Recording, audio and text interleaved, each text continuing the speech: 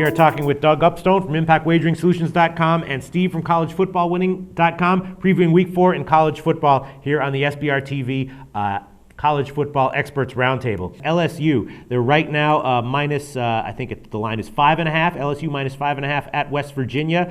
It's been bouncing around. I asked Zach Rosenfield, one of our featured contributors on this show, what he specifically thought of that game, because he identified West Virginia as a team that would have some value going forward in college football, and he picked them in their game against Maryland as one of his top plays of the week, and of course was right about that. He likes LSU. Zach writes, I like LSU minus 5.5 in this game. LSU has shown that they can play two different styles against two different opponents. Against Oregon, they showed they can manage the game and know they can just wear down a finesse team. Yet when they played a physical team like Mississippi State, they mix it up on first and second down and let Lee have a bigger role. I think West Virginia is in real trouble here because it won't be cold. LSU is very physical, blah, blah, blah. I think they can disrupt Geno Smith. Zach likes LSU minus 5.5. Steve from College Football Winning, what do you like?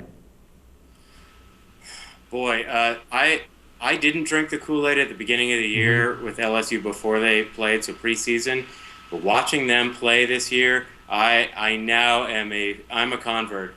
That LSU defense is the best defense that I've seen playing college football this year, and I cannot wait for LSU and Alabama. I cannot wait for that game. If the total on that game is 9, I would understand it. That will be unbelievable. But this week, I can see the money is flowing big time on LSU. So just from sort of a betting trend standpoint, when you're getting something like 85 to 90% of all the bets, and LSU is definitely a public favorite.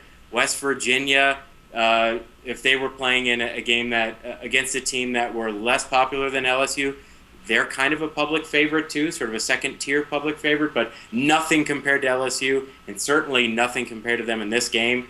Because of the serious flow of money to LSU, the serious public favorite, again, I would back away from this, but personally, CollegeFootballWinning.com has nothing on this one, but personally, I love LSU and that defense and think they are dynamic enough to stop just about anybody in the country, and if they did it to Oregon, they can stop West Virginia. Doug Upstone, what's your take on this line?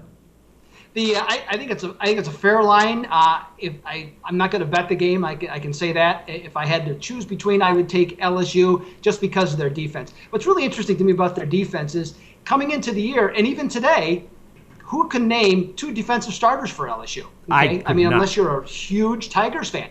They're unknown, but that's the beauty of what they do, is that it's a football team. They're a cohesive unit. The defensive line controls the line of scrimmage. The linebackers clean up any mess that's behind.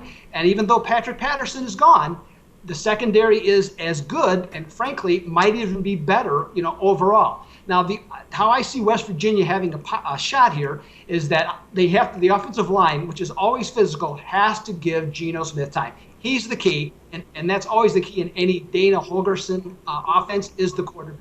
So if he gets time to be able to, I'm thinking they're going to try and throw short more than they'll try and throw long because they know they won't have a lot of time. So if they can get that, if they can do that, I think they'll have a chance. There's no question that the defense has to create turnovers. If they can get 2 or 3 turnovers on the LSU side of the field, maybe, just maybe, West Virginia has a chance to pull a monumental upset.